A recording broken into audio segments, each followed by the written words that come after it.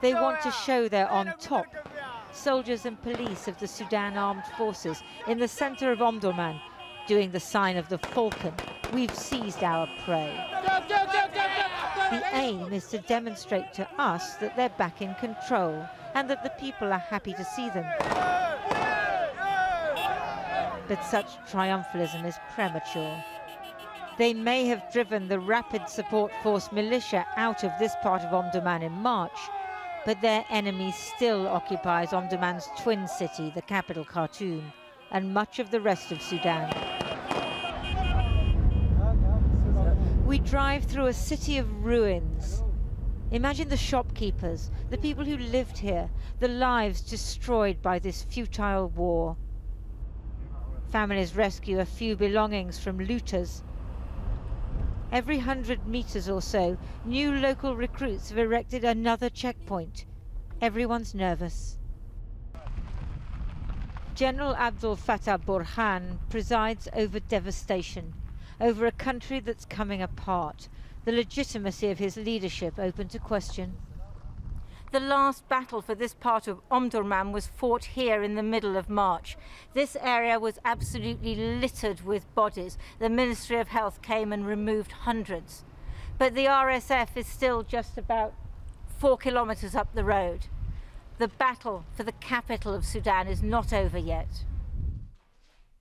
Walls that remain intact hide the greatest horrors. This house was owned by a poet who fled to Saudi Arabia. The RSF took it over, but they didn't just trash the place as they did elsewhere, but turned it into a torture or maybe execution chamber.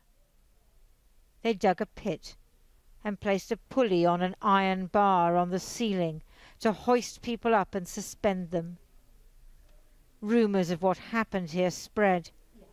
After the RSF was driven out, the homeowners asked a neighbour to come and check.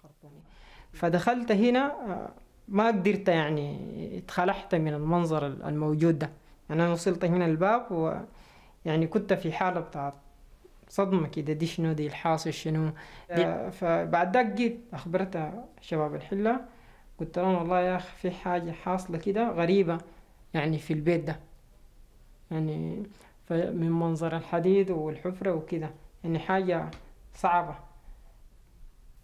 We found a document listing names. 31-year-old Omar Ahmed Adam, a 30-year-old woman, Manal Hassan, 12 names in total, all accused of great betrayal, in other words, not supporting the RSF. And amongst the debris, mementos of the happy family who once lived here, who can never in their worst imaginings have predicted what would happen in their home. So there were really big battles here, yeah? Yes. I walked a few yards round the corner with Rashid Ahmed, who stayed at home here in Old Omdurman for 4 months until the fighting became too intense. Outside his house we can smell death. The piles of earth are makeshift graves. RSF slogans have been graffitied on the walls. This is my car. Your car? This is my car, yes. It was your car? It was, yes. His house was badly damaged. A rocket hit after he left.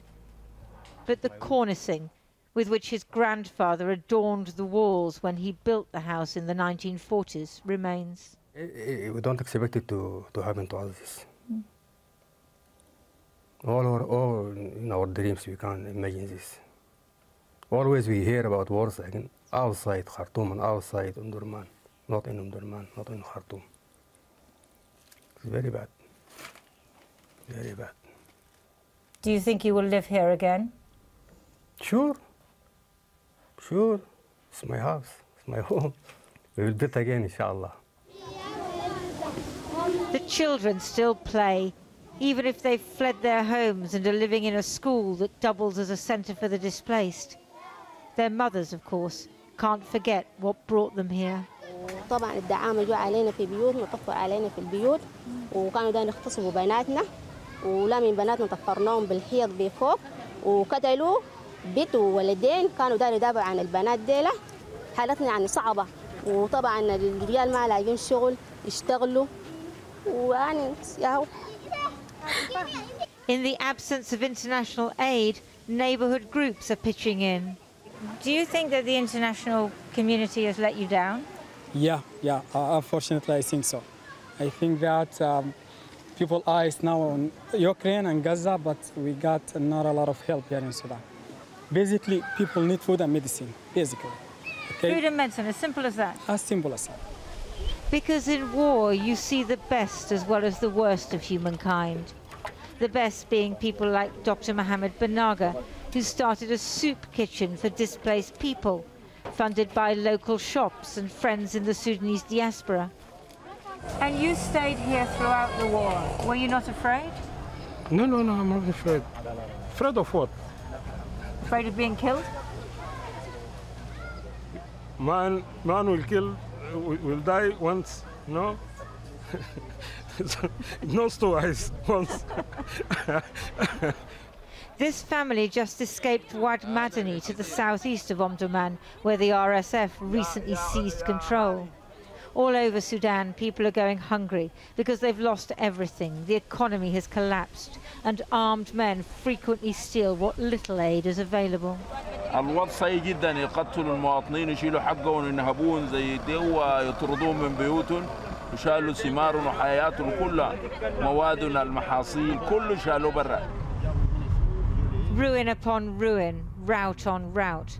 Not a paradise lost, but a country. Neighbouring powers are fueling this war. The United Arab Emirates arming the RSF, Iran and Egypt backing the Sudan armed forces. If the parties aren't forced to negotiate, what will be left of Sudan? Nothing that can be reassembled, but a failed state in a forever war, its people dispersed and destitute.